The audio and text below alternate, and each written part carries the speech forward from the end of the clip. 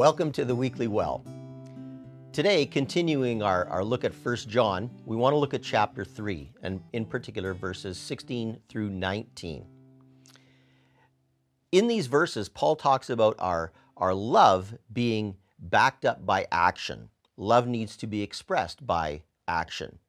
And he goes on in there to say that if we don't show love to people, then can the love of God really be in us? You know, I'm reminded of the part in the scripture where it talks about the early church, how they would often, it says, greet each other with a holy kiss. I know that that's maybe acceptable in some cultures, but in North America here, I think that's long gone. I'm not sure how it would be received if we would come into church and attempt to greet each other in that way. And yet, how do we express the fact that we love one another? How do we greet one another when we're in church? Maybe a warm handshake, maybe a high five or a fist bump. In some cases, maybe a hug. But the way that we greet each other is key. The way that we demonstrate the fact that we care for one another, that we have compassion for one another, and that we love one another is important. I think it sends a message to the rest of the world when we love one another.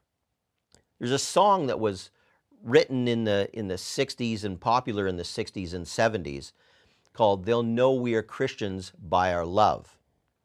And it talks about those expressions of love, about working together side by side, working together to spread the gospel, walking with each other hand in hand, about guarding the dignity of the other person.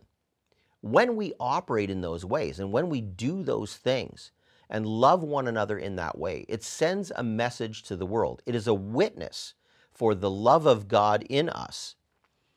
And when we send a message to everyone around us that God's love is in us because of the way that we demonstrate love and compassion to one another, we send a very solid witness to who Jesus is and how he is indwelling us and working his love through us to others around us. I pray that you would be loving the people around you in the ways that are the most appropriate that they can be.